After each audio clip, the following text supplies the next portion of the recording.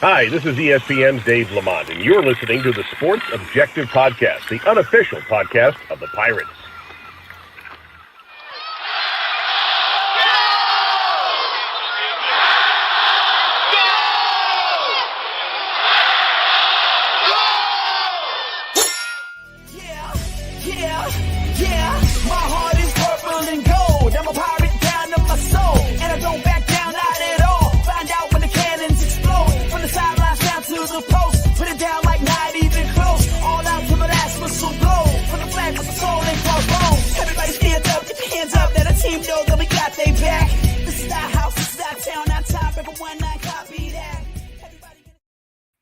Welcome into the Sports Objective right here.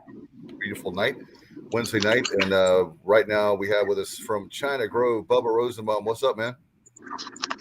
Fired up, Dave. Attended the Pirate Armada down in Charlotte tonight at the Visualite Theater and got to hear John Gilbert and then Coach Houston, as well as new head men's basketball coach Mike Schwartz speak to Pirate Nation. So, fired up to talk about Pirate football. No doubt about it with us. And we got a very special guest tonight. Looking forward to conversation with him. Yeah, this guy was a Pirate during the Skip Holtz years and also was GA under Skip. Welcome to the show for the first time, Brett Hickman.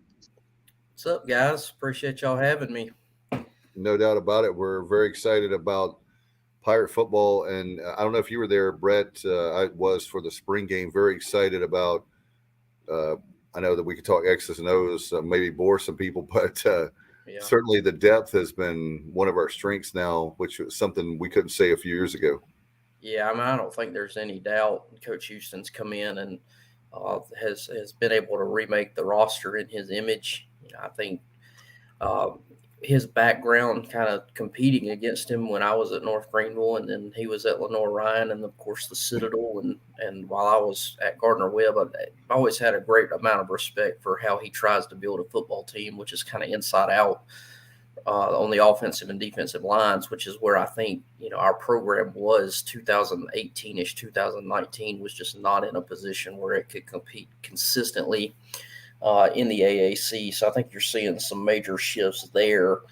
But I'm excited about what he's been able to do in the portal, with the receivers and as the maturation of these young guys on defense keep going. And I think we're headed. I think he's finally got the roster where he wants it.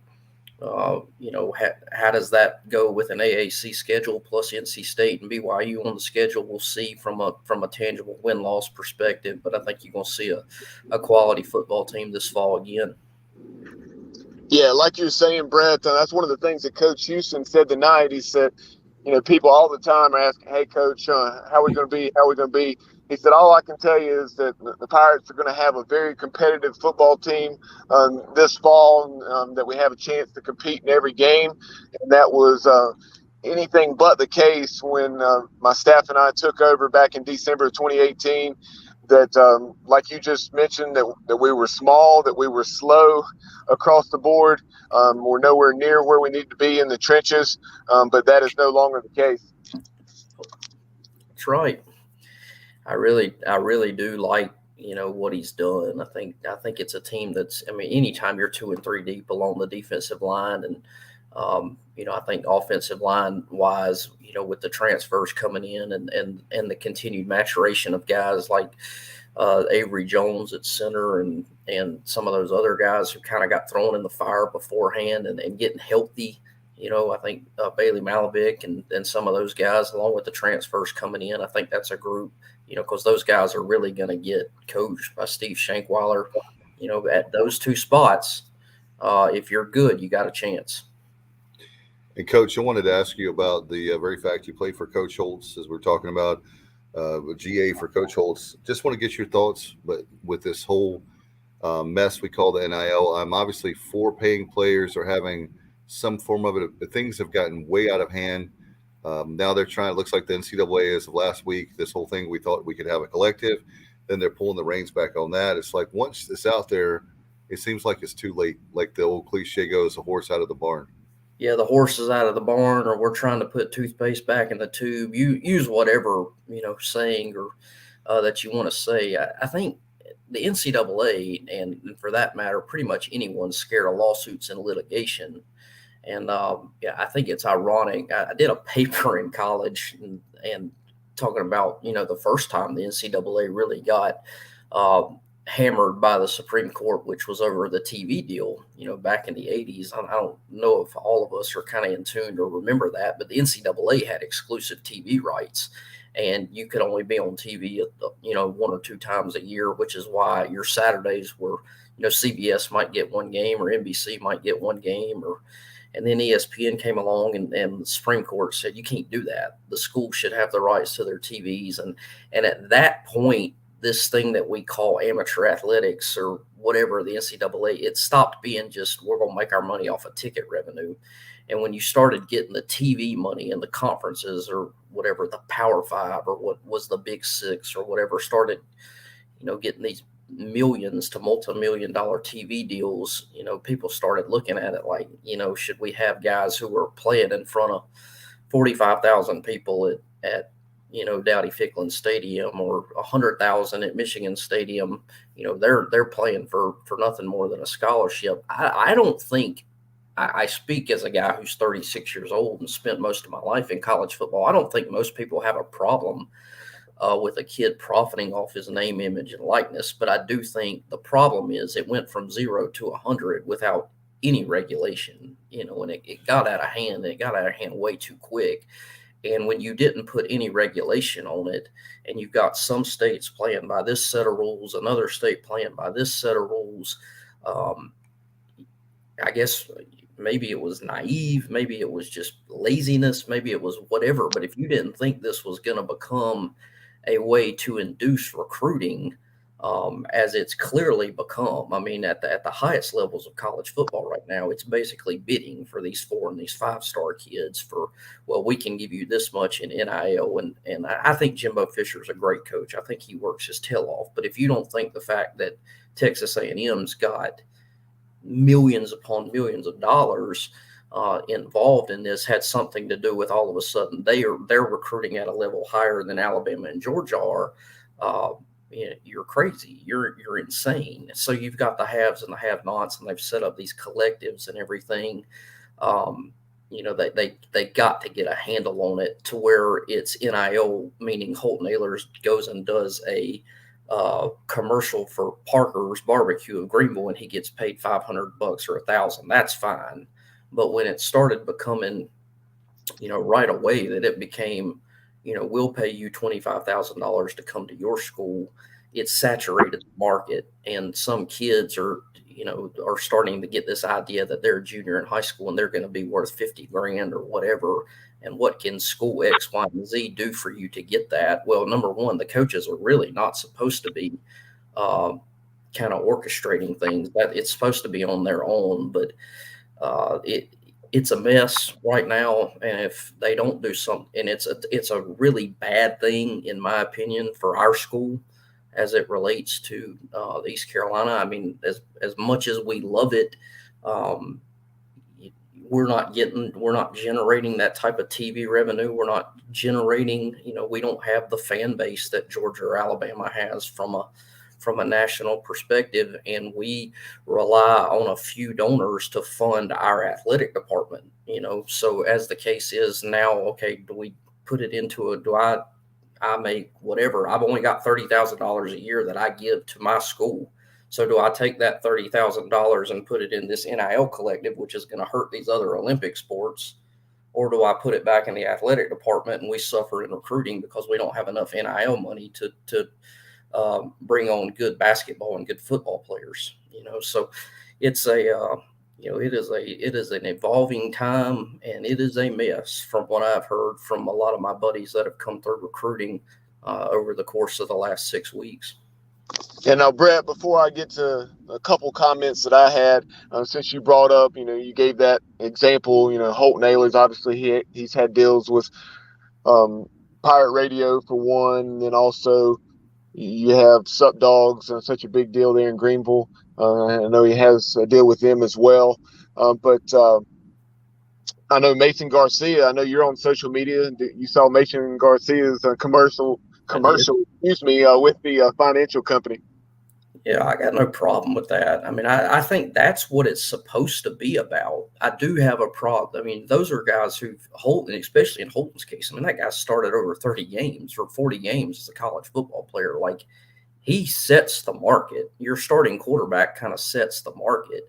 But when you start dealing with 17 and 18-year-olds who haven't played a high school football game, Right. making decisions based on, can you get me commercials? Dude, I don't know if you can crack the depth chart for 3 years, much less am I going to be orchestrating a deal with said businesses behind, whether or not it's legal or not. Should I be promising something to a 17 or 18-year-old when I got guys on my roster that are really more deserving of that pot, if that makes sense. So, and if we're not doing it with recruits, are we getting, I mean, what are our competitors in recruiting doing, or as it pertains? I mean, certainly we have the four major ACC schools around here, but one thing that's changed a lot, even in the 14 years I've been gone since being at East Carolina, recruiting has become more competitive in this region. Just by you look at App State, which was FCS at the time, Liberty, which was FCS at the time, Charlotte, which I don't even think had started their program yet in 2008 when I left. You've got Old Dominion, who was FCS at the time. The group of 5 schools that it basically exists from the Mid-Atlantic region down through Georgia, it's such a more saturated and competitive recruiting market. And as, Raleigh-Durham has grown, as Charlotte has grown, as Metro Atlanta has grown, all these areas that have historically been really good to East Carolina, these areas are starting to get hammered by people that were not playing FBS football, 15 years ago. So the idea that we were, really East Carolina set in a great spot for about 30 years, being the one kind of power group of 5 team, if you will, in this region. And it's just simply not the case right now. For our problem, we got a problem with that as well, because we haven't been as good as we should have been post Ruffin and between, the first couple of years of Coach Houston. And then, of course, the market just becoming more saturated. So you got a lot of layers to all of this that affect East Carolina in not a great way, in my opinion. Yeah, to your point, as far as unproven talent, essentially schools, trying to buy players. I listen to Shane Matthews' podcast on a regular basis, essentially daily, and it's almost a daily topic on his show, the NIL, because there's always something new happening, and he just thinks it's absolutely ridiculous, for guys like as a high school quarterback out of California in Tennessee, a marketing company has offered him $8 million. He said that's, and then meanwhile you have Hendon Hooker on campus who played very well for Tennessee last year. And now what's he getting compared to that $8 million? Precisely right. And the NCAA's done, if they've done anything, they've done a decent job at trying to get the boosters out of the recruiting over the course of the last, all the mess that happened in the 80s in the Southwestern Conference with SMU, and those guys, and they've done a decent job. And now you're just asking for people to get involved. And then, case in point, if it's legal for me as a business owner or whatever, I want you to recruit this great kid who plays at West Brunswick High School. I go and watch him every Friday night. He's great. I'm going to give him an NIL deal for $20,000 a year to help you choose East Carolina over Coastal, which is right down the road, or whatever the case is. Well, what's going to keep me in 2 years when he's number 2 or number 3 on the depth chart from calling Coach Houston, hey, I helped you get this kid. Why is he not playing? And now we got a big problem, because, now coaches can't coach. And I don't think it's gotten to that point. I know it hadn't gotten to that point at Coach Houston, because I think he'd probably tell the booster and anybody else where to stick it. But, we don't need people thinking they're owed something because they put their money in. So, it's a total mess. And the more money that's involved at stake, particularly in the Southeastern Conference, where recruiting has already been, or has always been, a season unto itself. I mean, Florida fired Dan Mullen, guys. I mean, Dan Mullen's a terrific football coach. He got fired because he wasn't recruiting at the same level as Georgia and Alabama. You know, they had just played in the Cotton Bowl. He had played in 2 New Year's Six games in 3 years, and he got fired just because they weren't winning in February or December or whatever signing day is now. So, from a broad picture perspective, doing too much without regulation is causing a bunch of problems right now. And I think eventually, Brett, things will. It's like a bubble. It'll eventually will burst. Pop. I don't know what's going. I don't know what's going to happen, but obviously, I'm not Nostradamus. You were talking, and you guys can probably help me. What was that Texas kid that went to Ohio State? Quinn Ewers. Yeah, he didn't even. Did he even play? I mean, he's like, they gave him like millions of dollars. You know, it's so frustrating to see. Like you guys said, the other thing I will tell the players right now. Well, Dave, very quickly about that young man, Brett, isn't he back at the University of Texas now? Is that right? Texas, and he didn't play his senior year of high school because the Athletic Association in Texas said that he could not profit off his name, image, and likeness. So that kid gave up. His senior year, which, you know, to any of us that went through that's prom, that's graduation, that's all of that, to go essentially be a scout team quarterback at Ohio State so he could make a quick million. And then obviously they've got a Heisman, CJ Stroud maybe is his name. So the kid wasn't going to play at Ohio State, and he just took off and went. I don't blame the kids. I mean, you know, they're just taking advantage of what's given to them. I just don't think this is what the people had in mind when they started talking about NIL. No, and it's frustrating to me because that very thing, the players better be very careful, and I'll tell you why. Because there's no, again, I want to be fair to, we have a lot of friends that are former players, including Matt, who's on the show with us now. And Matt, if you're here, you can chime in. But Bubba played, you played. Like we said, we have nothing against the paying the players, so to speak. The problem is the very fact of what's going to happen is, I can see a scenario right now, especially in the SEC, where things are just so – it's the ultimate Wild Wild West in the SEC right now.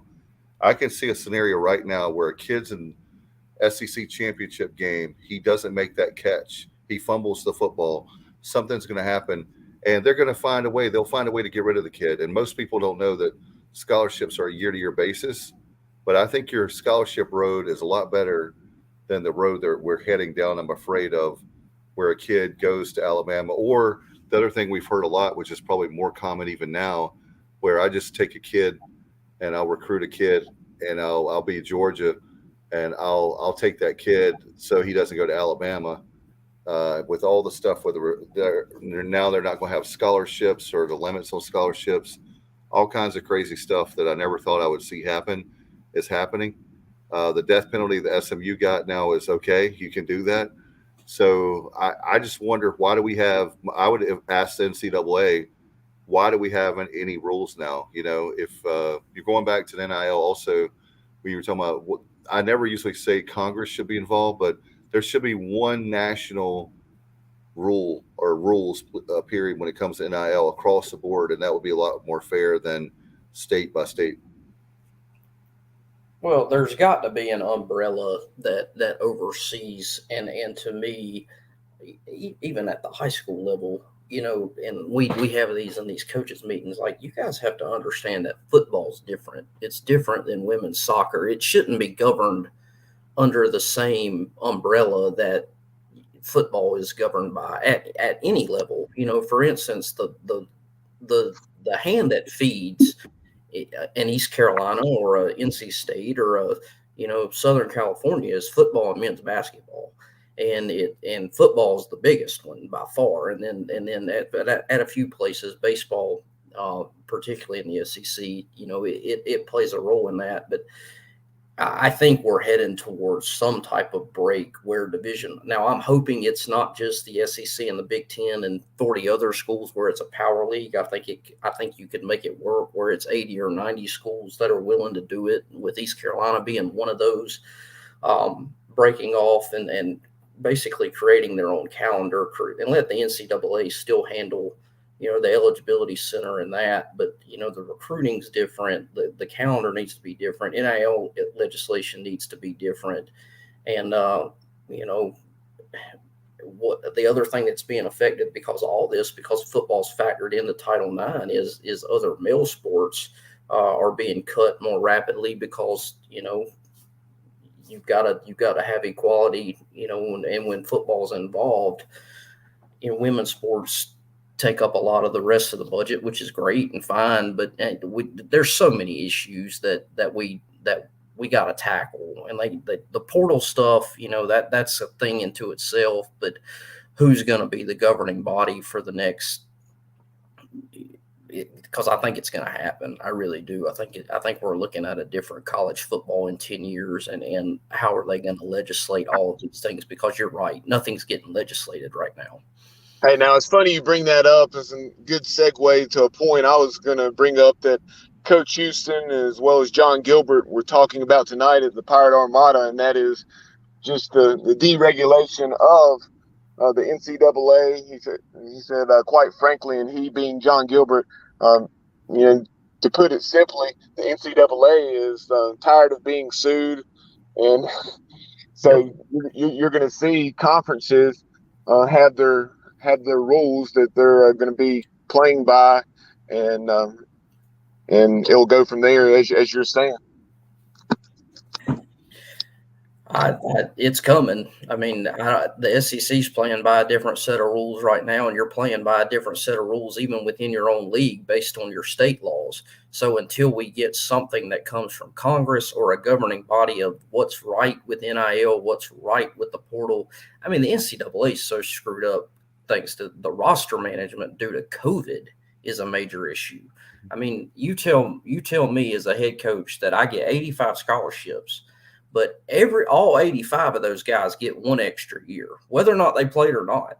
A bunch of kids played college football into 2020, and they still all got extra years. So what am I going to do to get back below that 85 within a year? Well, what's happening is these guys are pushing the kids to the portal, and you can't blame the coaches. I mean, they got 102 guys on scholarship, and they got to get rid of 17 of them. So, again, a reactive move. Now you're talking about you got to get below the 85, but now we're going to get rid of scholarship limitations within the next 4 or 5 years. So I don't know what they're doing. They don't know what they're doing, and they're so tired of being they're tired of being sued, and they're tired of being a piñata, so they're not doing anything. And I guess bad leadership would be better than no leadership at all. But it is. I'm right now. I told Trip Weaver, who's the East Carolina safety coach, was in our school today, and Trip and I have known each other going back 15 years. I don't envy what those guys are going through recruiting wise. I don't envy what their summer calendar looks like now by official visits and the portal. I mean, they've got official visits for the next 6 Saturdays in what should be camp season kind of downtime, not downtime, but, refresh your batteries going into a football season. It's a hard time to be a coach. It's a hard time to do that job. Yeah. And Brett, first of all, this is Matt Semenza. Nice to meet you. I love the work that you do on 247. So it's a pleasure to meet you. I think I like the way you took this conversation. That's actually where I was going to go. We had Coach Houston on the show a few weeks ago, and he talked about exactly this problem of, the fact that the NCAA, they granted the extra year with COVID, but they really didn't have the ability to look 2 and 3 steps ahead. And that is the ramifications that came from this. And, it put these college coaches in an awful situation where they essentially had to cut people from the team. And I'm sure that had to be, those conversations have to be extremely difficult as a coach when you're essentially pushing a player that you recruited less than 24 months ago into the transfer portal. That's got to be a brutal conversation for a college coach. So I don't envy what these coaches are going through at all. At the same time, there are situations, and nobody will really talk about this, but there are situations where you might have, and every team has them, maybe 5 to 7 scholarship players who simply aren't cutting their weight. Maybe they don't have work ethic in place. Maybe they're just not picking up the scheme. Maybe they just were, the evaluation coming out of high school was just off. So now this is a way to essentially cut kids. And it's just, like you said, I don't think the NCAA had a plan. They didn't look 2 and 3 steps ahead to see what, I really believe what they should have done was had a tiered system. So, you have to get back down to 85. Well, we're going to give you 3 years to do it. So the first year you have to be down to, let's just say, 88, then 87, then we're going to get you down to 85. It had to be structured in a way where it was realistic, and they just didn't have the vision to be able to do that. No, I mean, once again, NIL went from 0 to 100, and now we're trying to go from 100 back to stopped. I mean, you're exactly right, and that's the way it should have been done. I mean, if you had 105 in 2021 or whatever that was, it should have gone back to 100, then to 95, and then to 90. Because the other residual effect that nobody's talking about, at my level, these guys are taking less high school kids per year. They're not, because it's easier for me to say, I'm going to go and recruit a kid who's played 2 years of FCS football that's already put on those 25 pounds. In a lot of ways, the portal's made it a whole lot easier to just say, screw high schools, and I'm not saying that East Carolina's doing that at all. I don't mean that. But, I need a plug and play roster guy, but a lot of these guys they're signing 15, 20 guys, out of the portal, and then they're taking 7 or 8 to 12 high school kids. And we've got a really good senior class coming up that is not FBS kids, but kids that are going to be borderline FCS scholarship Division II kids, 3 or 4 at least. And everybody's saying, well, we got about 8 spots this year. We've got 11, as opposed to, the cap was usually around, most people were taking 22, 23 a year. So, from a guy who spent his entire full-time coaching career at the FCS and Division II level, those guys are going to get better high school players than they've ever got, because the East Carolinas of the world and the Charlottes and the Coastal Carolinas and the App States of the world are taking the Power 5 portal kids, or they're plucking the best players from FCS to supplement their roster, or vice versa. East Carolina is going to get a better high school player than they've ever gotten before, because South Carolina is recruiting, they're taking portal kids. They're taking Spencer Rattler instead of taking Mason Garcia, if that makes any sense. So it's a different day and age of roster management, and it's a different day and age of where East Carolina, as a lifelong Pirate, to me, our thing was always, we're going to Williamston, or we're going to Rocky Mount. We're going to take that kid who hadn't eaten, and he's 185 pounds. By God, he's 6'4", and he's going to be 235 when he gets 3 meals in his life. And that dude's going to be a dude in 4 years. Well, they're not giving the coaches that long now, so you can't blame the coaches.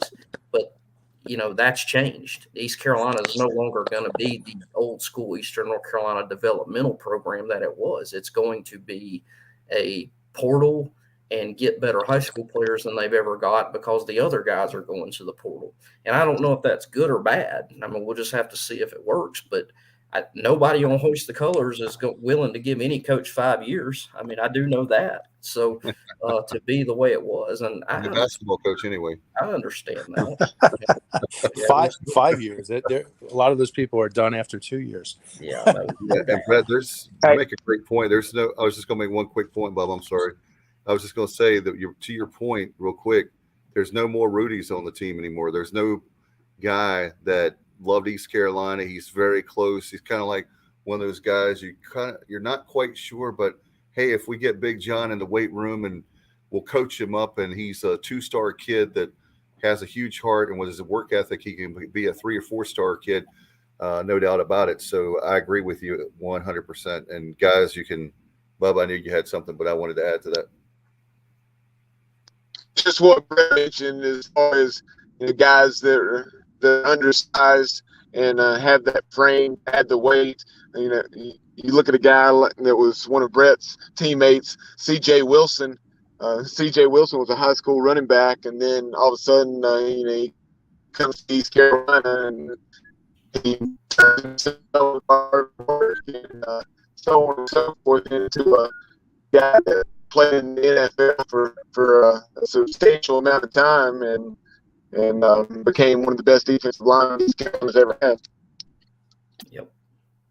I don't know if today and age, I don't know if C.J. Wilson or Pernell Griffin or, you know, name them. I don't know if those guys get recruited now. I don't. I think there's a lot of those guys wind up playing FCS football. And that's very sad because one of the things, going back to what you were saying earlier, one of the things that will help us recruiting is, as simple as it may sound, is simply winning. I think that's one of the things that's helped us. I think that there's a lot of kids in the 252 and the 910 where you are. There's a lot of kids in Eastern North Carolina. The reason why they didn't stay here, Brett, is we were not winning. Sure.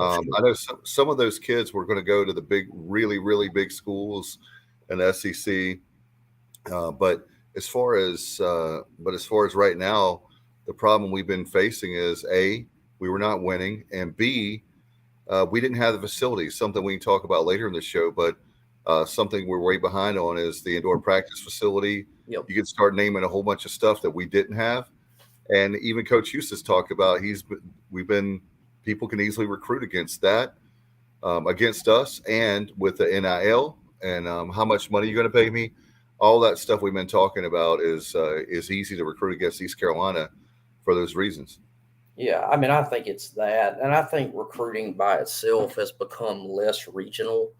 Huddle and film and, you know, those things are a lot more accessible to everybody else. And like I said earlier, our area, when I talk about our greater region, the Mid-Atlantic, Southeast region, has become kind of oversaturated. So it's not uncommon for a kid from New Bern or Wilmington or whatever to bypass going to school in North Carolina to go, you know, to Old Dominion or Liberty or whatever. And I do think I think you have a responsibility as a high school coach, and we've been lucky to have, you know, 2 FBS kids in the last 4 years, which is a lot for our place. You know, the only thing that I ever said, and Javian chose East Carolina, and he's Portland right now, and then Carter Wyatt chose to go to Duke. I do think as a North Carolina public school employee and a public school teacher, I said, guys, if a public school in this state recruits you and it's on par with the other offers you got, go visit them. You know, and I don't think we've got a lot of high school coaches doing that anymore. You know, JVN got recruited by App. He got recruited by Charlotte. He got recruited by East Carolina. Carter had the same 3 schools, I guess. You know, go visit all of them. And then if you want to go somewhere, you know, for instance, JVN came down to East Carolina and Liberty, and Carter came down to Duke and Georgia Tech, and App State was actually his group of 5 kind of choice, if you will, you know, over ECU and Charlotte. But I do think we have an obligation, but I don't think a lot of high school coaches think like that. I think they're either totally hands-on or they've got some kind of skin in the game that you got to go to where it's going to help us look the best. And I don't care. I mean, it's not my life, but I do think, you know, as a public school employee, and I'm not going to push my alma mater because I love it. I'm going to push it because, you know, I think they do right by our kids and they go. So, you know, we got to do our job as high school coaches to at least get our kids to visit these schools in state that are doing right by them. You know, that's my opinion. Yeah, guys, and I just wanted to jump in and make a point about the portal really quick. You know, one of the things that I found interesting, just starting now that we're a few years into this, you're starting to see some data come out. And I don't recall the exact percentage, but I saw a number that like roughly 50% of these kids that go into the portal now are actually not finding a new home. Yep. So I think it's going to be really interesting. The more data that comes out over the next few years, it's going to be very telling. And I actually think what you could see, and what I'm actually hoping for, is that you're going to see fewer kids go into the portal because they realize that the grass isn't always greener. You know what I mean? And as people become more educated, right, coaches will start to see this data. It'll trickle down to the players. And hey, you know, maybe the grass isn't always greener. I'm going to go into the portal, but guess what? There's a good chance I'm not going to find a new home. I might be better off staying where I'm at. So that's one thing to keep an eye on. The other thing, and I just say this, just, you know, this is just my own personal opinion, and I guess call me old school, call me a college football traditionalist, but I hate what this is teaching young people. I really do. I hate it from the standpoint that, you know, you have a little adversity, maybe for the first time in your life. You know, when you're at your high school program, you're all state, you're the best kid on the team. And then you go to college and there's a pecking order and you need to earn it. And I hate that, you know, a little adversity comes along and guess what? You know what? I'm going to go into the portal. And that's not all the kids. I mean, a lot of them are, for whatever reason, things just don't work out. But I do think there's a large percentage of kids that for the first time in their life, they're dealing with some adversity and they don't know how to handle it. And the reaction is, hey, I'm just going to go into the portal. And I hate that. I really do, because it's just not a good life lesson. And I don't want to go on and on about life lessons and whatnot, but it's just from a, you know, standpoint of being sort of a traditionalist. I just don't like it. You're spot on. I mean, I think one thing I see in high school coaching and with parents, and I don't mean this in a bad way at all. I don't want it to be taken, but like the delusion that your kid's a little bit better than he really is, or, you know, kids, we had it at the FCS level a lot. It's like, well, why didn't I get a group of 5 offer, or why am I not playing? Or, you know, our kids at Division II all thought they were FCS players, and we had guys at East Carolina that, you know, yeah, a few of you. Limel Joseph could have played anywhere in the country, but the reality is not everybody that we had was, you know, SEC good. And, you know, a lot of these kids are hopping in the portal, like we talked about earlier, where they're getting pushed in, or they want to go down a level and they want a chance to play because they realize they can't cut it at that level, which is fine. It's the guys that are jumping in the portal from East Carolina thinking they're going to get 10 SEC offers right off the bat. You know, that's the disillusion that you just can't deal with. Like, and those are the kids that they jump in the portal from school A and then they get nothing, and they end up having, when they really are an FBS player, but they've got to go down to FCS or whatnot because they're not as good as their mom and daddy, or, you know, their handler or whatever think they are. But, you know, in the case of, you know, like our guy who's in the portal right now, Javian just wants to play, you know, and he realizes he's got a loaded depth chart in front of him. He's going to go down to FCS and he'll probably have a chance. That's the way it should be. But he gave it, like you said, Matthew, it's been 2 years. He gave it 2.5 years. You know, that's a different deal. You know, like you've been sitting. Right. That's right. You know, but like these guys who are, you're not supposed to play in October of your true freshman year. Like, you're an 18-year-old boy, dude, you know, going up against grown men every day. Like, you're not supposed to play. That's what I used to tell our freshmen. And if you do, consider yourself extraordinarily fortunate. And, you know, so I agree with you completely. And like we talked about earlier, the coaches are complicit in this too, you know, and either by NCAA doing, or it's just become too convenient for them to say, screw that, we're not going to worry about developing a kid over the course of 2 or 3 years when I can go get a ready-made product. Like, why do I want to make my own ingredients or grow my own ingredients if I can get HelloFresh right there and it just tells me to pop something in the microwave or whatever I've got to do? But it is less work to coach a 21-year-old than it is to develop an 18-year-old. And I get it. Your job's on the line every Saturday. So there is no simple answer to all of it. There is a lot of layers to why kids are transferring or whatnot. I will say this on that data and dealing with Javian's situation, linemen are fine. You know, if it's an FBS lineman who enters the portal, they're going to find a spot to play. But those skill kids, they're a dime a dozen. Like wide receivers, DBs, linebackers, those guys, they're the ones who are getting left out the most. But a big offensive lineman or a defensive lineman who's got some talent, they're finding spots. Yeah, and that's really interesting, you know, that you've now seen that, Brett, and you've had a chance to dive into that data.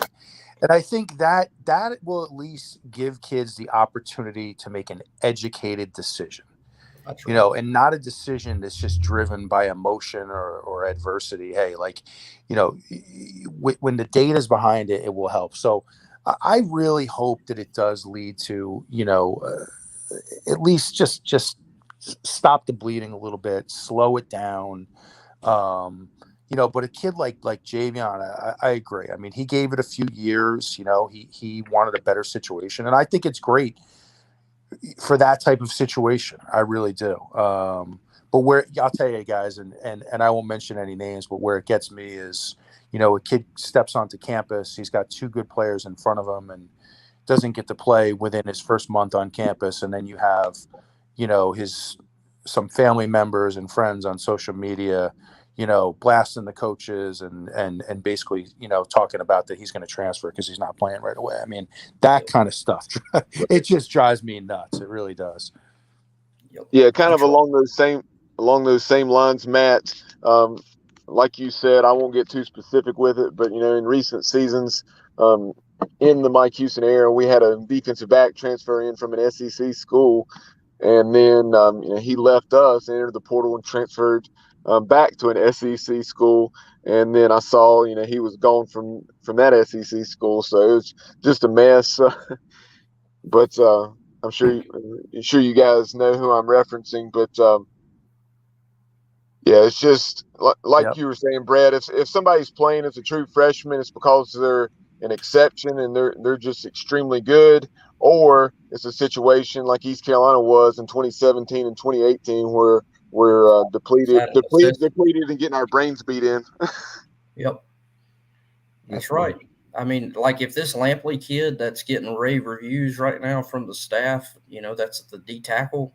If he can crack that depth chart right now with Elijah Morris and Rick DeBrew and, you know, all those guys in front of him, you know, that have proven they can play in the AAC, more power to you, Yeah, brother. But that I'm glad. shouldn't happen. You know what I'm saying? That's not supposed to happen. He's supposed to be. We had a saying, you know, when I was at Gardner-Webb, we wanted to keep those kids in the smokehouse. You know, if you take the meat out too quick, it's tough. You know, you want to let it be tender when it comes out. But if he's already a better piece of brisket, then you can let him play. But you know, that's hopefully he's better than what we got, because if he is, he's a freaking dude. I'm glad you brought JD Lampley up because Coach Houston, when talking about JD during spring ball, I guess this is right after spring ball concluded. He said, going back to my first year, JD would have been starting for us every game. But now we're just weighing it out. As good as he was this spring, will he play enough snaps in the fall to make it worth burning that year, or will we just use him in 4 games or less so he doesn't lose a year? You know, that's a good problem, in my opinion. And we're getting to that point, guys, where we're talking about wins. Well, now with the depth, when you look at offensive and defensive line, it's the best it's been probably since your era, I would think, Brett. I mean, it's been a good while for sure, or maybe in the Ruffin years, but the offensive line is good. And, you know, we've got great running backs. Like every position you can start naming, there's the depth at East Carolina. And I think overall, I really believe that we have a shot, an outside shot to even compete for a championship this year. You never know what's going to happen with football, with injuries, or what's going to happen. But I think that the talent is there. You've got, you know, it's a shame like a kid like Tyler Snead leaves, but you understand why he does. He's I know son with the Steelers, but when you look at it on paper, we're set, we're stacked. You look at the quarterback position, you hold him to get another year. I'm really glad that I was right. Oh, by the way, I told you so. We had a lot of former players and fans who said Mason Garcia was going to transfer, and I'm glad you were talking about kids that have waited. You talk about a kid that's worked on his academics. He's working on learning the system. There were a lot of former players that didn't understand. He really didn't know the playbook as well as Holt Nailers. And going back to what you said earlier, here's a kid who he could have transferred. He's a great 4-star kid, just like Holt Nailers is. But he's paying his dues, and he's going to be a really good player, a really good quarterback at East Carolina. And here's a kid who waited, and he's going to get his turn. Absolutely. And, we're right across the line. We actually play Carolina Forest on the schedule. I waited until Mason left to do that, which I think they're still pretty good. But I've seen him up close and live. There is no question the raw talent, but you have to so many words, when we get into these discussions or whatever on Hoist the Colors, on, we're not playing very well here. I like to remind people, you're not at practice every day, and you don't know how much of the Rolodex the kid can handle yet. And they were obviously having to bring him along. I mean, just going back to that Navy game that he had to play a lot during the, I guess that was the 2020 season. I mean, that was a shell of the entire offense. And, he's another one. We've been able, thanks to the COVID year, to be able to nurture him, allow him to grow in practice before he is exposed in front of 45,000 people. And at that position, confidence is so vital. It is so important. And you want a guy, when he goes out there, that he's ready to perform. Now, he might be thrust upon this year, either through injury. Hopefully Holton can stay healthy, or we've sputtered a little bit at times over the course of the last couple of years, and maybe having a backup that's capable of coming in now. I do think that the offense took off a little bit more toward the end of the year, because there was a little bit less reluctance to run Holton, because they felt better about Mason. And whenever you got to play 11 on 11 instead of 11 on 10, that's even better. So 2 quarterbacks is a really good thing, and a ready-made Mason Garcia in 2023 is big for the future of the program.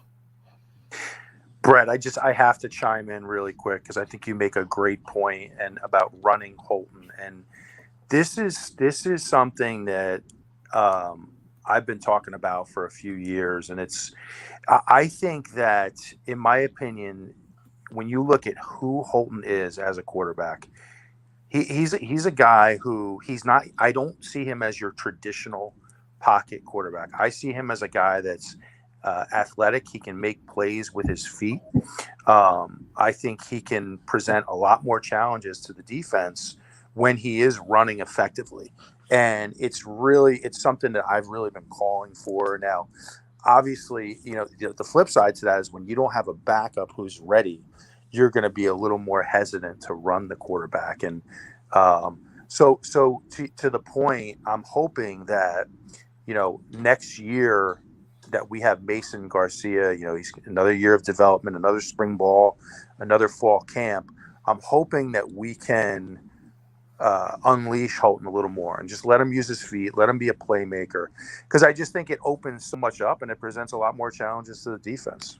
No doubt. On that note, I mean, and I've had this argument with fellow coaches, a quarterback can defend a guy like Holton that's that big. He can defend himself more as a runner with the football than he can behind a patchwork offensive line, as he's had I guess the first couple of years he was there. So I mean, the guy's over 235 pounds, and I know he's a little bit leaner than he was, but like, when he gets downhill, I'm not really worried about the contact because he can defend himself. Hey, ask that Memphis linebacker, right? No, ain't no doubt. Big dude. He chucked that kid. Yep. But yeah, Johnny Gardner chimes in on Facebook regarding the recruitment of the portal. So that's something I know you've certainly seen film on those guys to some degree, maybe some more so than others. But obviously the positions of wide receiver and offensive line were of significant need. And Coach Houston and staff, on the offensive line, you bring in Justin Redd from Norfolk State, a guy who was the best lineman in the MEAC. And then also your young man from up at West Virginia, who was out of Mallard Creek, and then also also a guy that's very proven and did some nice things at Marist. And then receiver wise, you got a proven guy in Isaiah Winstead who had played for Coach Latrell Scott at Norfolk State. And then you have Jalen Johnson, who played for the national champions and played significant snaps for them, even though he didn't catch a lot of balls. And then also, obviously, Jarrett Garner coming in from Duke. Yeah, no doubt. I do think, not that I'm experts on these guys that are coming in. I mean, I know who they are and obviously what their accomplishments were, but it does also the fact that they've been so aggressive in recruiting receivers and linebackers that they're not entirely confident in inside linebackers for that more specifically, that they're not entirely confident with, I guess, the younger guys on their roster. I think supplementing, particularly at the receiver position, I think without, Tyler was clearly your go-to. And then obviously CJ's had his own set of issues. And, though it looks like he might be on the mid back, and Audio Matosio, I thought had a good year. But that offense is receivers away, because I think as the O-line's gotten better, and I think, we've hit enough on the quarterback situation, the engine or the oil that makes that engine go is those two tailbacks. And if you can continue to loosen up the box, because you got some guys who can make some plays down the field, with a strong offensive line and those two tailbacks, the sky's the limit for the offense. But they need to hit on those guys in the receiver. And then, an inside linebacker, you lose Bruce Bivens and you lose Aaron Ramsey. Getting some experience in there that's played a little bit is important, but they need Miles Berry to take a lead. They need Xavier Smith to take a lead and play their best football in their last years of eligibility. The receivers, I want to see what you think about this, Brett, but on the few minutes of film I did see on Isaiah Winstead, both from Norfolk State and during his time at Toledo, with him being a bigger receiver, 6'2", 6'3", 215 or 20 pounds, reminds me a lot of Trayvon Brown. Yeah, I'm a big physical kid. There's two ways to stretch the field. Either you can go on top of somebody and grab it, or you can run by them. I do think talent-wise, I think the guy that they've got that can actually run by people is Josiah Hatfield. Now, he's, for whatever reason, he hasn't hit the level that I think he can hit. Maybe without Tyler, he gets to play in the slot a little bit more, where that might be a little bit more keen to his size, but he is a guy who I think can run by people down the field. But Winstead's the guy that can sit, he's the guy who can go up and get the 50-50 ball and turn the 50-50 ball into a 70-30 ball, where the offense is either going to come down with it or it's going to be an incomplete pass. And when CJ's at his best, he's that guy too.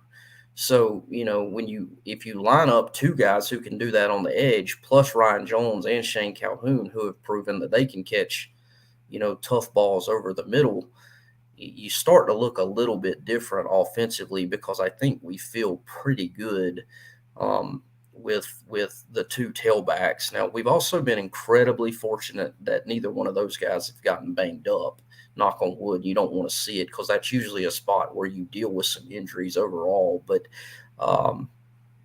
on offense, if Winstead is as good as advertised and we get the best version of CJ Johnson, it's going to be a good group. It's going to be a fun group to watch. It's going to be the most fun we've had watching a Pirate offense since Lincoln Riley was calling the plays. I really believe that.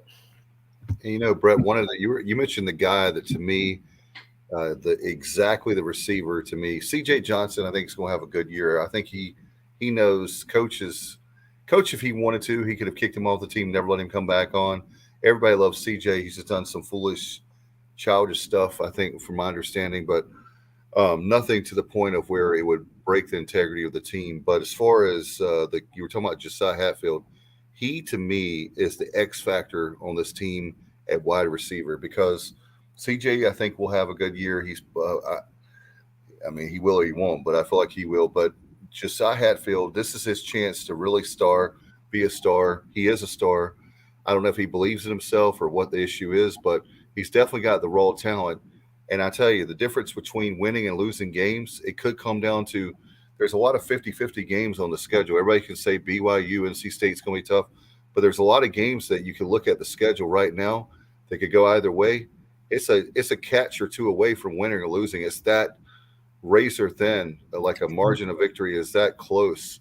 And so it's going to take guys like that to make the big plays. I hate to say that. It sounds so obvious, but it's a Hatfield. It's a C.J. Johnson. It might be Mitchell, Keaton Mitchell, one of the guys in the backfield. But it's something like that that's going to be the difference in winning and losing. And at least we're at that point now where we're building the program where before we were losing by 20 or 30.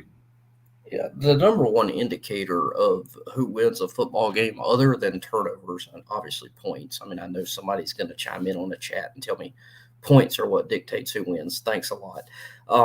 But when you look at stats, I've always said two things: turnovers and explosive plays. And for explosive plays, I'm talking runs over 12 and passes over 15. You know, if you've got guys who can make plays past people and you've got a defense who doesn't give up explosive plays and you make offenses execute all the way down the field by nature and you take care of the football, you're going to win games. And to me, Keaton Mitchell, who's one of the most explosive players, I'm not saying this is a Pirate homer. PFF says it. Everybody, the guy's an explosive player. If we can get that from just Cy on the edge, then boy, it could be really fun.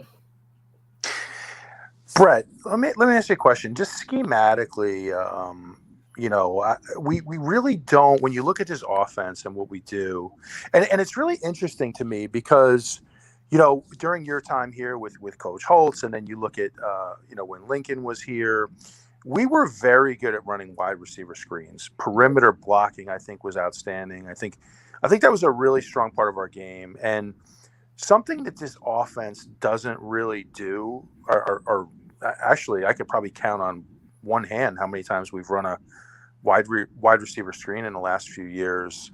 But I personally, I think that's something that could help the offense a little bit, go into more like a little bit more of a perimeter wide receiver screen look, just to sort of mix things up a little bit. Is there any reason why we don't utilize that? Is it just purely a scheme thing? Is it personnel? Like, is that something you've observed, Brett? Yeah, I think two things. There were two types of screens that I would say, going back to the skip era was kind of the early adoption of the kind of behind the line of scrimmage RPOs, the bubbles and the smoke screens out to the edge receivers, and you can flip it out to Dwayne Harris, let him circle the defense and get 8 yards, and it could turn into a 50-yard play. I mean, people were still throwing bubbles, but they're not throwing them as much. And I'll tell you what's happened. COVID gave me a lot of time to watch a lot of football. And particularly in the AAC and the Big 12, you're getting a lot more cloud coverage concepts, not to get too technical, but you've got hard corners out there, press corners, or you've got people who are playing more backer force with the Sam nickel outside of the bubble. So the bubble doesn't leverage people as well as it used to maybe 10 or 15 years ago. As far as what Lincoln did, and I thought he was just, obviously he's gone on to be considered maybe the best offensive mind in all of football, not just college football, but the tunnel screens, the dual screens, the jailbreaks, all of those things that he did. I know if I think of a football and offense as a menu, the menu's only got so much room. So if I'm going to be really good at screens, at that point, Lincoln was not very diverse in his run game. For instance, when he was at East Carolina, there was a little fold play and there was a zone play. He didn't get in all the counter and the power and all that stuff before. So I haven't watched as much Oklahoma and of course now Southern Cal film. So I don't know if he's still doing the same things he did at East Carolina. But I know those guys ain't going to take off that half a page that's the air raid pass plays, because that's kind of who those guys are. But I think they got a lot more into the screen game in East Carolina because the run game wasn't very diverse, and it gave them an example. But I've been searching for, I think the one qualm I've had, qualm's probably a strong word. We have not hung our hat on one particular run scheme.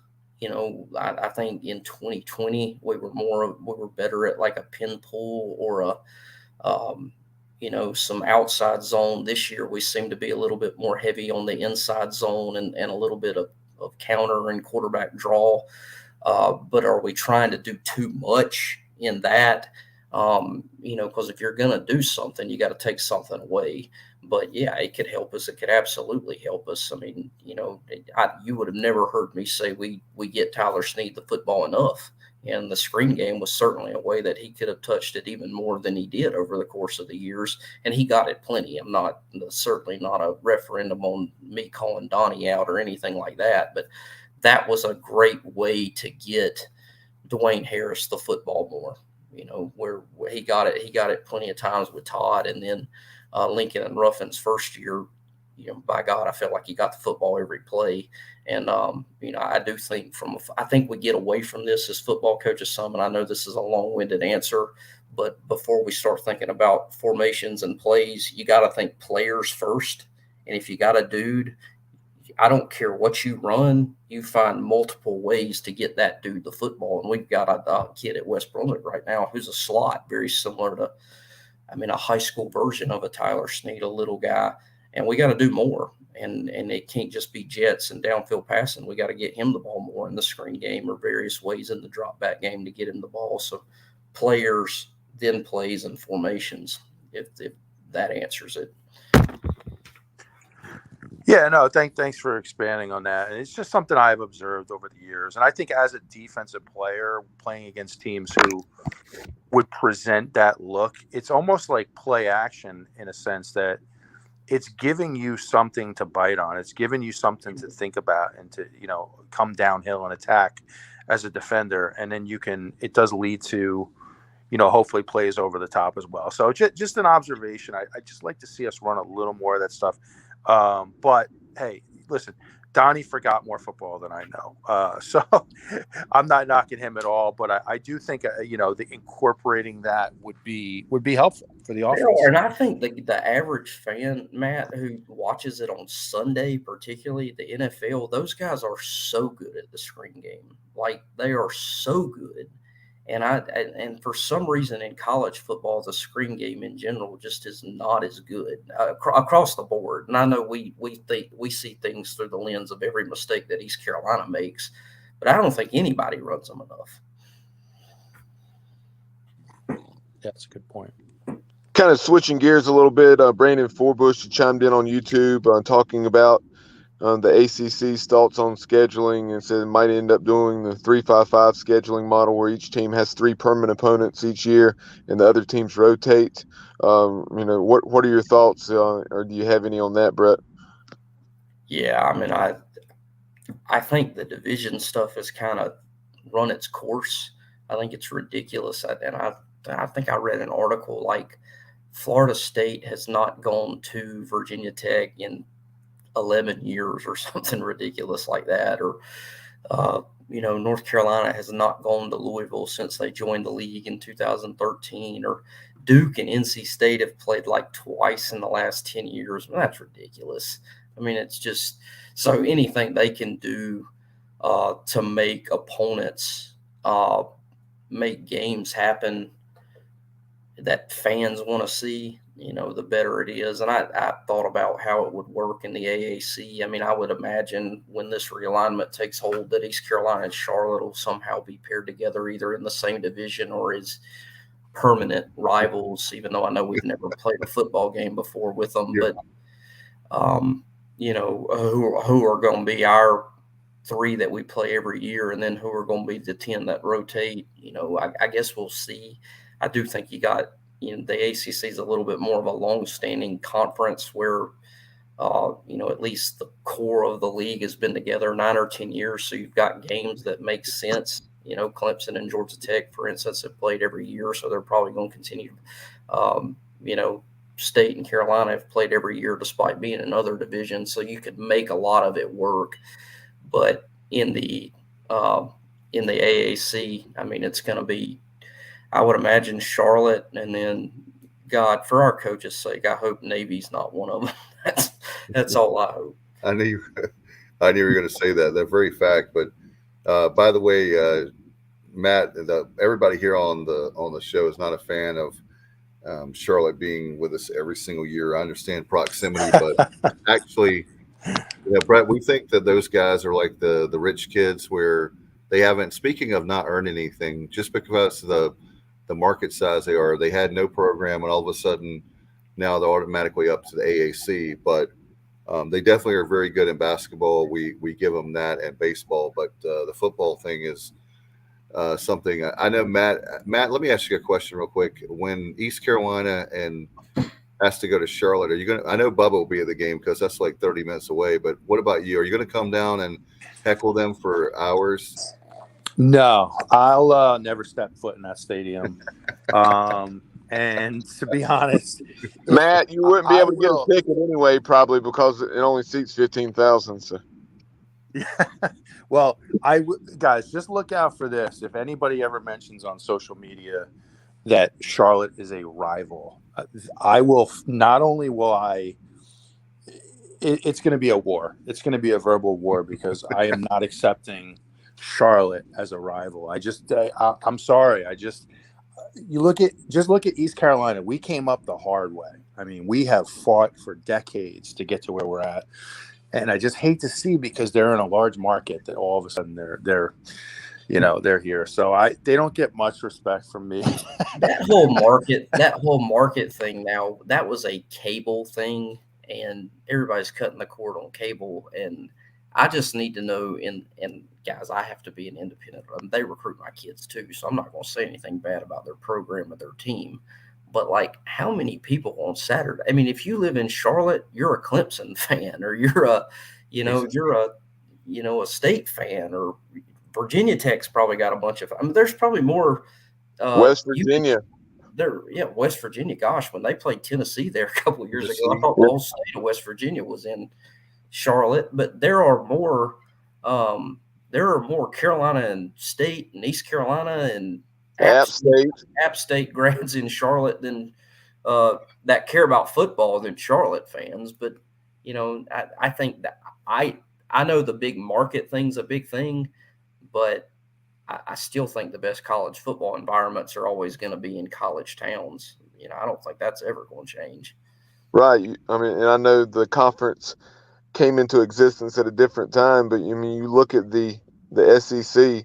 I mean, with Starkville, with Oxford, with College Station, with Fayetteville, Arkansas, etc. I mean, it's just Gainesville, Florida. I mean, these are college towns. I mean, you can probably go through. There are very few programs in your major markets that are your better teams. I mean, you look at Penn State and State College. You have USC that's in LA, but they're more the exception than the norm for sure. Yeah, I mean, I think that's where you got to give State some credit over the course. And I realize Raleigh's gotten a lot bigger as they've grown, but I mean, you got to give State some credit because despite being in a metropolitan area, they've prided themselves on being a college sports kind of environment. And Carter Finley, when they're good, is a great environment in football and of course basketball. So I mean, you got to get and South Carolina too, for that matter, because Columbia is a little bit more metropolitan than some of these other places. But like, I remember going to UAB.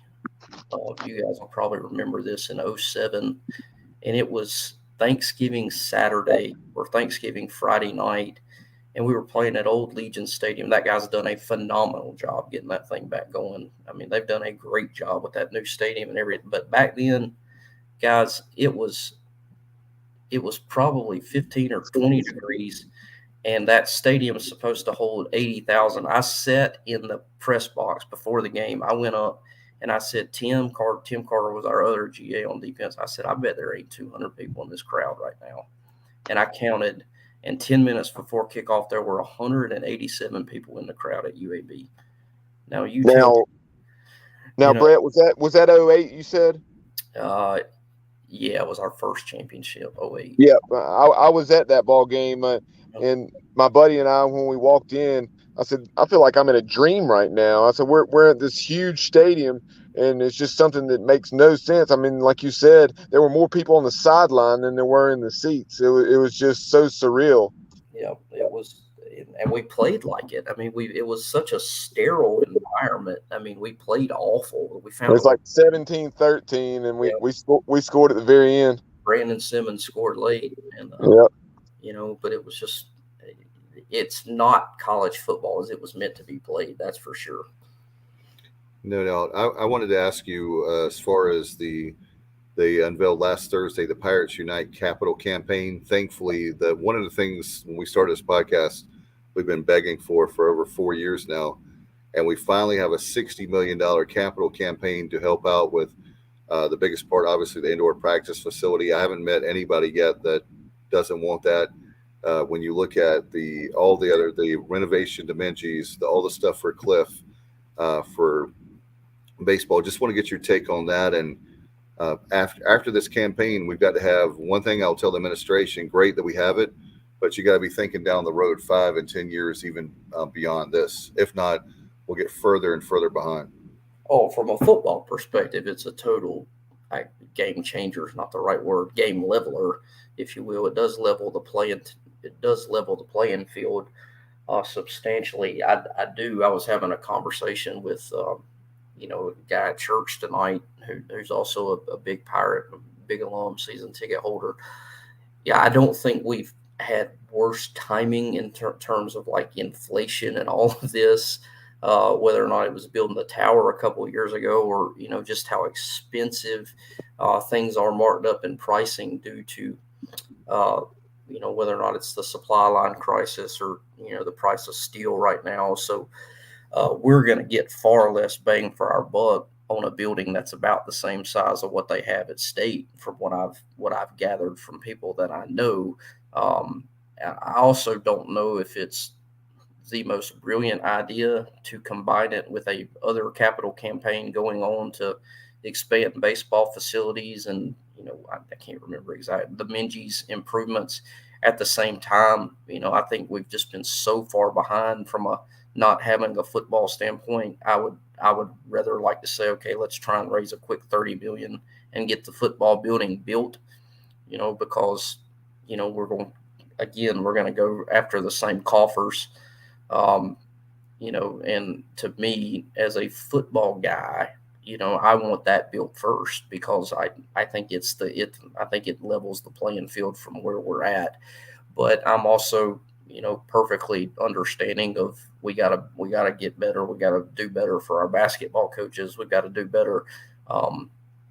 We need to continue to build our brand in baseball, because if you're not doing something, you're getting left behind. But that's another thing that we talk about with NIL and all this stuff. Is that money going to continue to go to,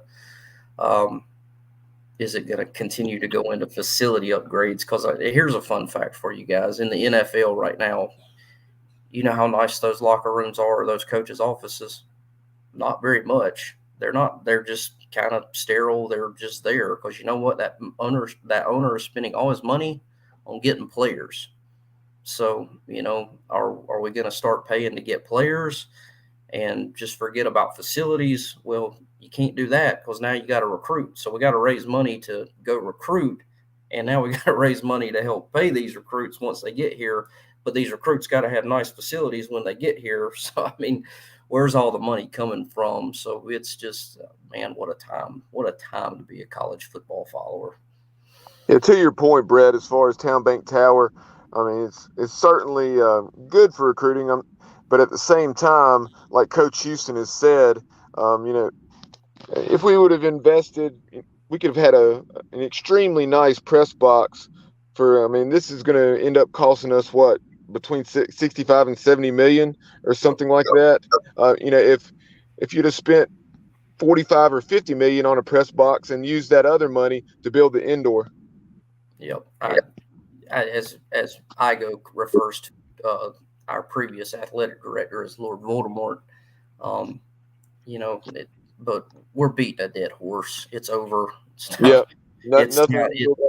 It's absolutely time to move on. And I guess we're better late than never. But I mean, to me, the trailer park in the sky, I've got my own fond memories of being up there as the way it was.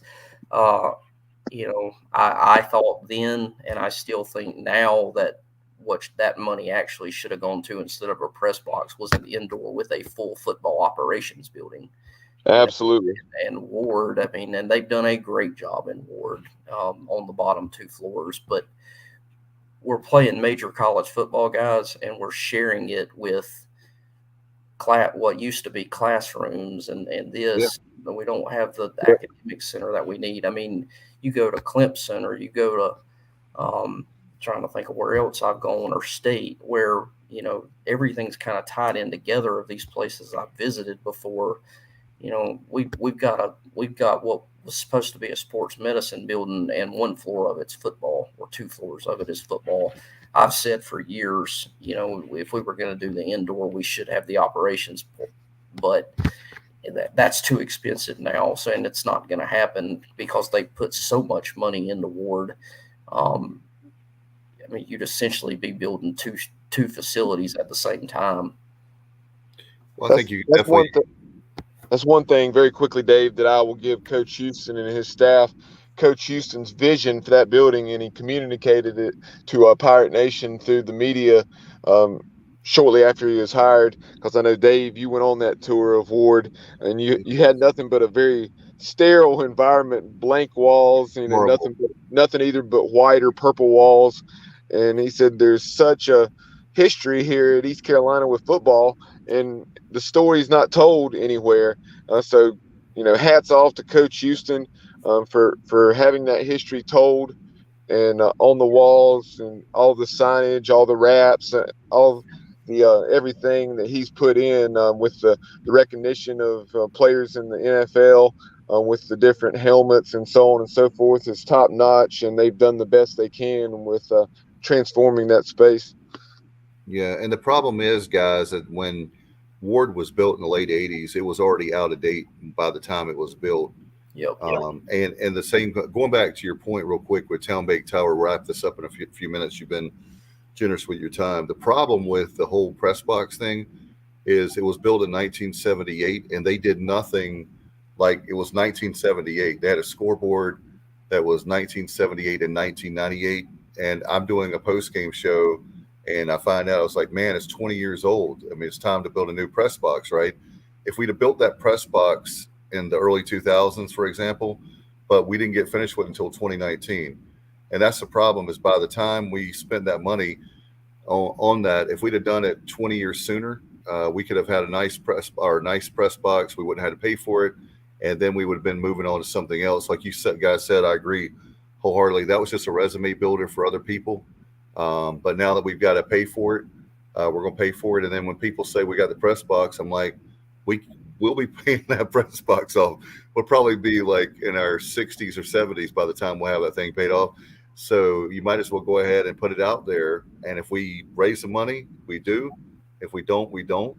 But it's better to put it out there and show that we have a plan for indoor practice facility. And another thing that we need to do, guys, this is a completely different show, is we got to do a better job of getting the people that are $100 donors, the $500 donors to the Pirate Club, get them involved. They say they want people involved, but they only had, on Thursday night to kick off the campaign, they only had the top 100 donors there, as I found out. So we've got to do a better job. There's more. I wish there were more millionaires out there that we didn't depend on the $100 donors, but that's not reality. And there's a lot of $100 to $500 donors out there that we just kind of say, we don't care about you. But that's a whole nother show.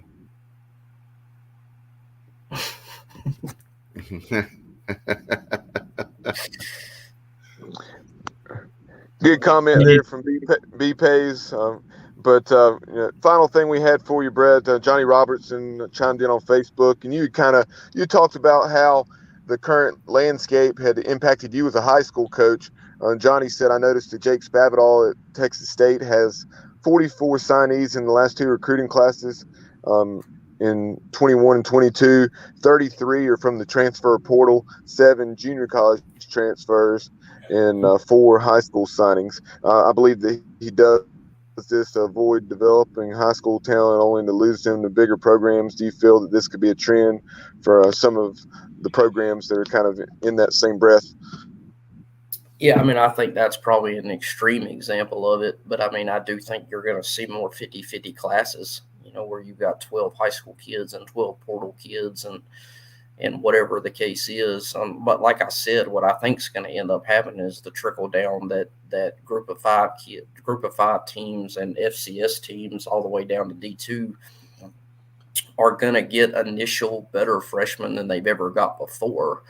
Now, I take this as somebody who coached at North Greenville and Gardner-Webb. If you tell me that I'm going to get 25 better freshmen than I've gotten the year before, but I'm going to lose probably 7 or 8 that go up a level, that's fine. Because if I've got 18 better than I've ever gotten before, I'm okay with losing 7, because then I can supplement them with, say I'm a D2 coach, I can supplement those 7 I lost with 7 kids who weren't getting it done at the FCS level, and I can take them down. So I think Texas State's an extreme example of a guy who's just trying to win right away, and is either an extreme example of a guy who's trying to win right away and try and get another job or save his butt from getting fired. But I do think, you're going to see more classes that are a little bit more evenly distributed between portal and high school kids, no doubt. And it does concern me because that's, I'm probably going to have some FBS kids in the future that go down and play a level because there's no place at the table for them, and all the way down, if you will. Head football coach of West Brunswick, and that will be former Pirate and former Pirate coach Brett Hickman. Coach, thank you so much for your time. Hopefully you won't be a stranger. Love to have you back on the summertime as you get ready for your football season, where we can talk more about the Trojans and your team, in addition to the Pirates, as we get ready for the 22 campaign for high school and college football. It's going to be fantastic, and we hope you have a great weekend, and we'll talk again real soon. Thank you, guys. Appreciate you having me, and look forward to following the program throughout the summer as we get ready for what I think is going to be a fun year.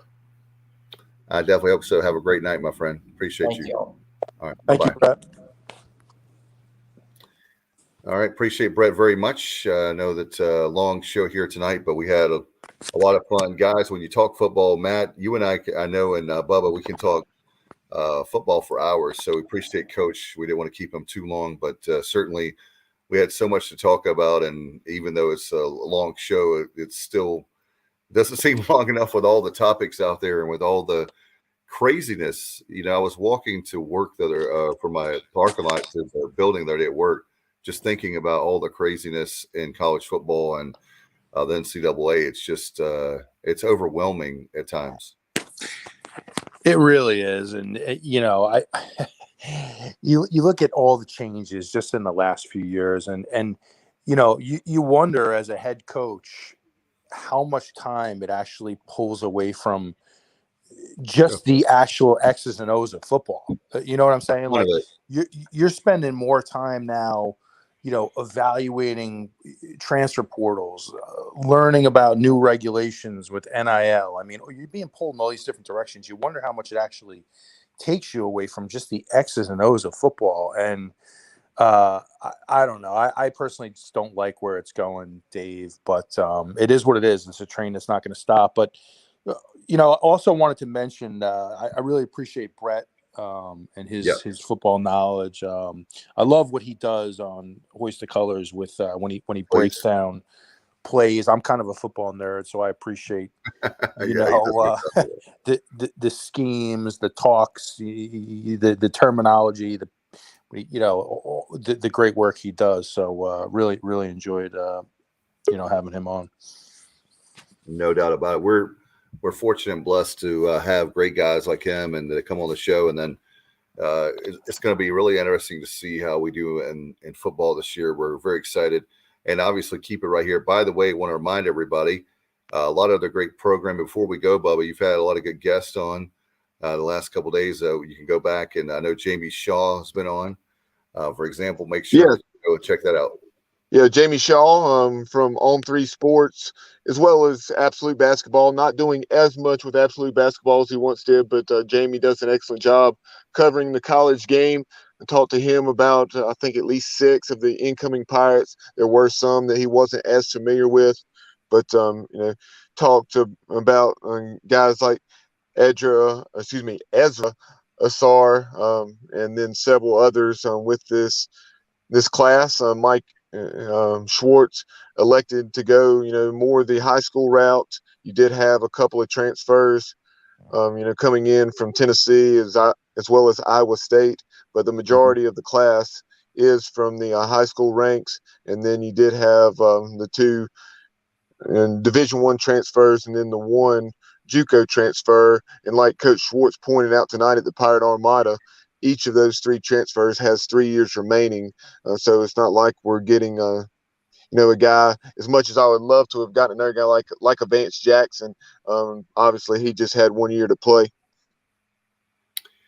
No doubt. And by the way, want to remind fans also, Pirates have a big homestand this week. And congratulations. What a great baseball game last night, guys. That was on the edge of our seats once I did the kids' homework and got a chance to, I guess I was at the best part, but Pirates came back, and I love the heart of the team and the grit. Like, I think that we finally have Matt Simmons as a baseball fan. I'm not quite sure, 100% sure on that.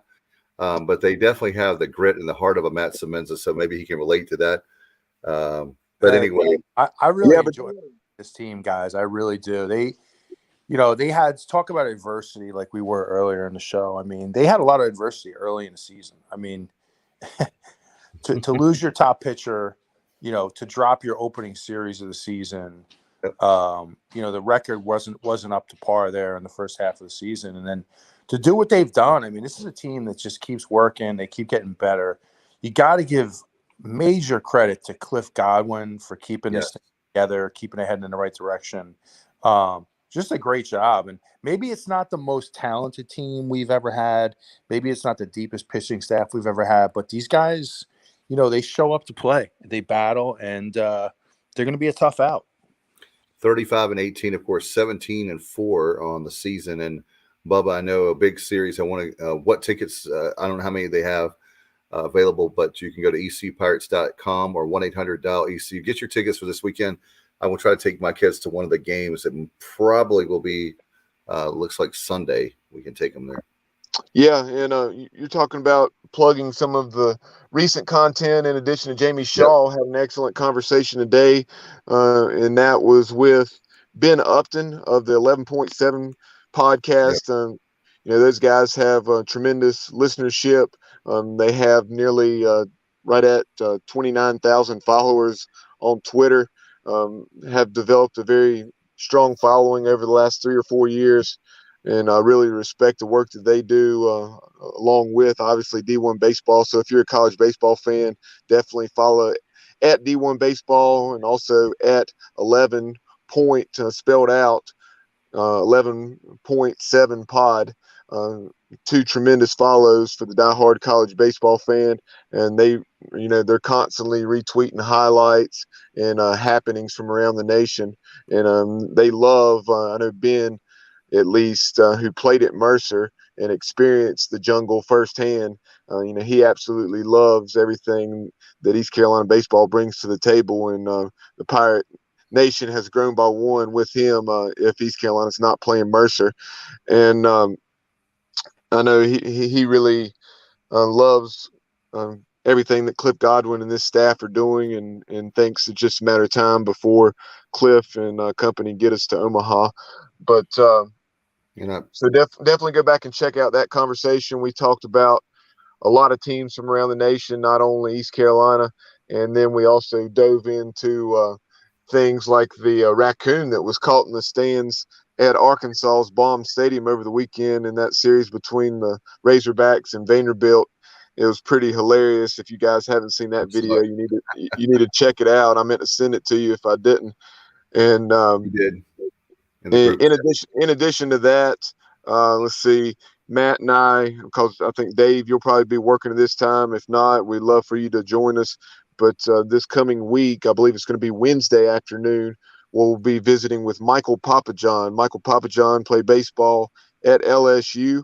He was on LSU's first 2 College World Series teams in '86 and '87 under Skip Bertman, and he went on right as he was finishing his LSU career. He had exhausted his baseball eligibility and was still finishing school, and he became a hitman there, stunt double in Everybody's All-American that was being filmed at Tiger Stadium, and that led to a career that's still going on in the film industry. He lived out in Hollywood for 27, 28 years, but's now back in Baton Rouge, but still very involved in the film industry. So he was Bobby Boucher's stunt double, Adam Sandler's stunt double in The Waterboy back in 1998, and was in For the Love of the Game with Kevin Costner as one of the players for the Yankees. Also was in The Longest Yard with Adam Sandler in 2005. So that's going to be a tremendous conversation with Michael Papajohn.